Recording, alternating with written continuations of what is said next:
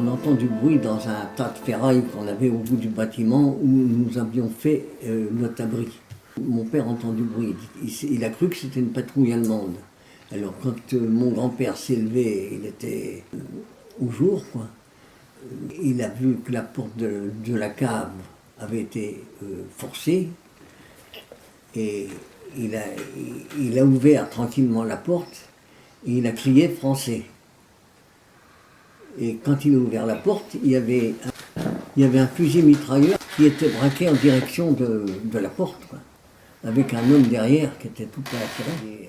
Il est monté les bras en l'air.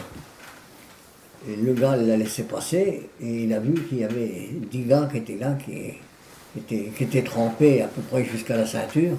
Et il a bien vu que c'était des parachutistes. Il a serré la main à tous et puis il a dit « moment, va aller chercher à boire ». Alors il est redescendu dans la cave, il a remonté du cidre, ils ont bu un coup tous. Hein. Et puis là-dessus, il est allé voir la grand-mère, il a dit « mais dis donc, tu sais, on a 10 parachutistes d'arriver à la maison, qu'est-ce qu'on va en faire ?»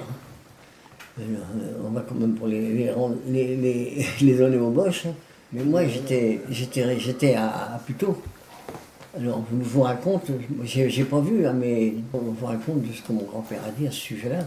Il a dit, il ne faut pas qu'on les laisse là, on va monter dans le grenier au-dessus.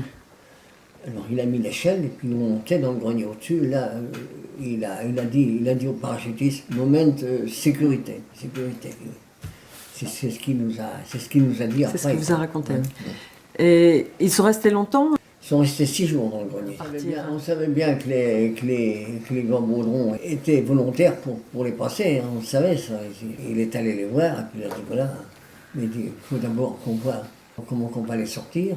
Oui. Et c'est là qu'il est allé chercher M. Hervieux qui était évacué, qui venait de Maraville, qui était évacué à Brucourt et qui parlait anglais, qui leur a expliqué de ce qu'il fallait qu'ils fassent.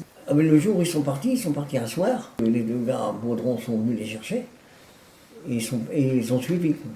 Ils sont partis un soir. Et vous savez par où ils sont partis? Oui, ils gagnaient le bois de Dezulé pour redescendre après sur Brecotte parce qu'ils ne pouvaient pas passer là, ils ne pouvaient pas traverser. Vous comprenez. À Dezulé, il y avait un passage qui était facile à faire. Il y avait un aqueduc là, qui était fait en pierre. Il a été refait depuis, puis ils ont mis des buses. Mais dans ce temps-là, un homme pouvait passer dedans. Et Baudron les ont emmenés jusqu'à Brecotte. Et puis après, ils ont été repris par Fléchard.